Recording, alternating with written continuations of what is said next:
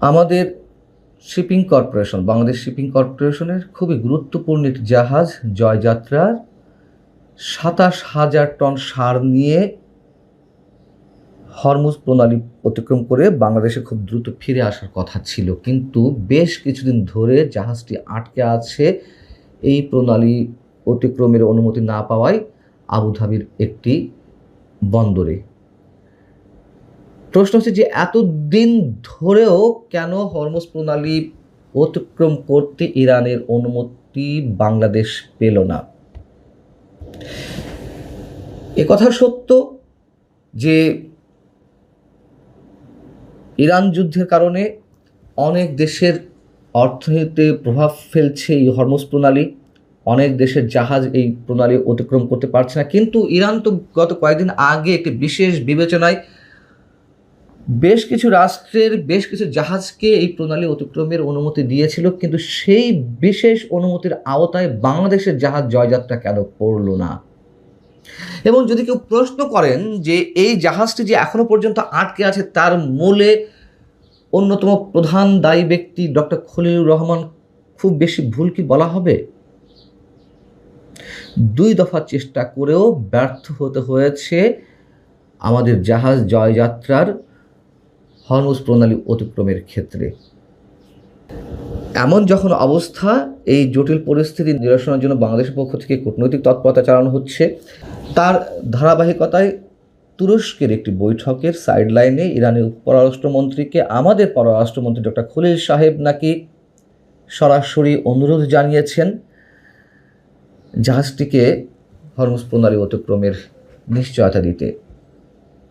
Doctor Khalilur Rahman কেন doctor ইউনূসের নিরাপত্তা উপদেষ্টা হিসেবে কাজ করার পরেও বর্তমান নির্বাচিত বিএনপি সরকারের পররাষ্ট্রমন্ত্রী হিসেবে দায়িত্ব পেলেন তা নিয়ে তো নানান ধরনের গুঞ্জন আছে। কেউ বলে স্টেটের প্রতিনিধি, কেউ বলে তিনি যুক্তরাষ্ট্রের চাপে বিএনপি মন্ত্রিসভায় খুব সহজেই ঢুকে পড়েছেন, আবার কেউ বলেন যে তিনি গুড নেগোশিয়েটর।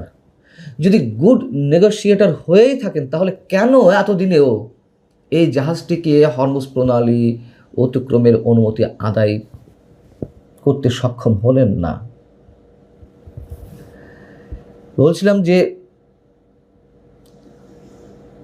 এই ডক্টর খলিলের কারণেই অনেকেই মনে করেন যে বাংলাদেশকে এই ধরনের একটি বিপদের সম্মুখীন হতে হয়েছে। আবার শুধুমাত্র যে জয়যাত্রাই আটকে আছে হরমুজ প্রণালী অতিক্রম করতে না পারার কারণে তাই নয়, ক্যামেন আইল্যান্ডের পতাকাবাহী, বাংলাদেশের পতাকাবাহী আরেকটি জাহাজ যা সৌদি আরব থেকে ক্রুড অয়েল নিয়ে চট্টগ্রামে আসার কথা ছিল, সেটির ক্ষেত্রেও ইরান অনুমতি দিচ্ছে না।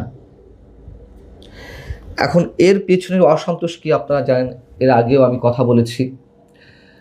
যখন ইরানে যুক্তরাষ্ট্র এবং ইসরায়েল হামলা শুরু করলো, তখন গত ১ মার্চ আমাদের পররাষ্ট্র মন্ত্রণালয় অর্থাৎ ডক্টর খলিলের মন্ত্রণালয় বাংলাদেশের পক্ষ থেকে একটি বহুল বিতর্কিত স্টেটমেন্ট দিয়েছিল।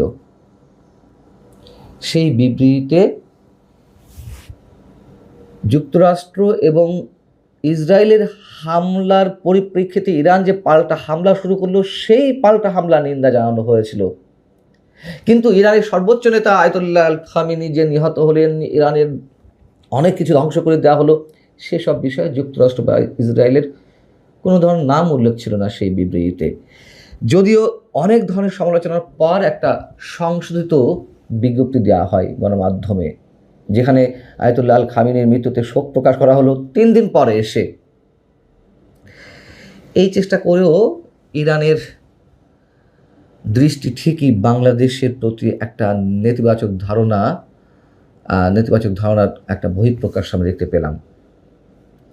ইরানের রাষ্ট্রদূত জালিল রাহিমি জাহানাবাদী প্রকাশ্যে একাধিকবার ইরানের পক্ষ থেকে অসন্তুষ্টি প্রকাশ করেছেন। তিনি ১ মাস পর এসে গত ১ এপ্রিল সরাসরি গণমাধ্যমের সঙ্গে কথা বলার সময় বললেন যে ইরান ইস্যুতে বাংলাদেশ সরকারের ভূমিকাতে আমরা কষ্ট পেয়েছি। এই বিবৃতি আরও স্পষ্ট হওয়া উচিত ছিল। বাংলাদেশকে ইরানের রাষ্ট্রদূত ভাই হিসেবে উল্লেখ করে মন্তব্য করছিলেন যে তার দেশে আগ্রাসী শক্তির বিরুদ্ধে বাংলাদেশ নিন্দা করবে, এটাই প্রত্যাশা ছিল। কিন্তু সেটি হয়নি।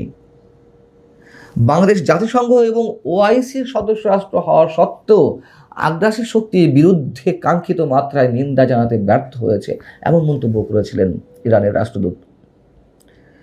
খুব স্বাভাবিকভাবেই বাংলাদেশের অনেক কূটনীতিকের ধারণা যে যেহেতু বাংলাদেশ এতদিন ধরে জোট নিরপেক্ষ আন্দোলনের অন্যতম দূত হিসেবে কাজ করছে, বাংলাদেশ যে কোনো আক্রান্ত দেশের পক্ষে সমর্থন দিয়ে আসছে, এই প্রথমবারের মতো বাংলাদেশ তার নীতি থেকে লক্ষ্যচ্যুত হলো এবং এসবের কারণেই বিভ্রান্তির সৃষ্টি হয়েছে। তাহলে এই সব জটিলতা কে পাকালেন, কার কারণে সৃষ্টি হলো? ডক্টর খলিলের মতো মানুষের অতি বোঝার কারণে, মানে বেশি বোঝার কারণেই তো এই সমস্যার সৃষ্টি হচ্ছে এবং আরও খেসারত দিতে হবে বাংলাদেশকে। অনেকেই মনে করেন এই ডক্টর খলিলের কারণে বাংলাদেশকে আরও অনেক বেশি খেসারত দিতে হবে। যদিও সবশেষ পর্যায়ে আমরা খেয়াল করলাম যে ইরানের পক্ষ থেকে একটি স্টেটমেন্ট দেওয়া হয়েছে গণমাধ্যমে, সেখানে বলা হচ্ছে যে এটা সম্ভবত মঙ্গলবারই দেওয়া হয়েছে। সেখানে বলা হচ্ছে যে অভিন্ন মূল্যবোধের ভিত্তিতে বাংলাদেশ ও ইরানের মধ্যে দীর্ঘদিন ধরে বন্ধুত্বপূর্ণ সম্পর্ক বিদ্যমান রয়েছে। দেশটি অভ্যন্তরীণ বিষয় হস্তক্ষেপ না করার নীতির প্রতি তাদের অঙ্গীকার পুনর্ব্যক্ত করেছে।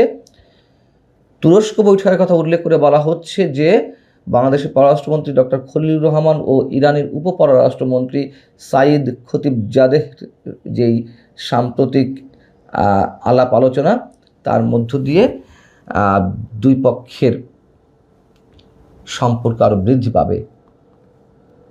কিন্তু এর মধ্য দিয়ে আমাদের জাহাজটি কত দ্রুত ছাড় পাবে, অনুমতি পাবে হরমুজ প্রণালী অতিক্রমের, সেটি এখনও নিশ্চিত নয়।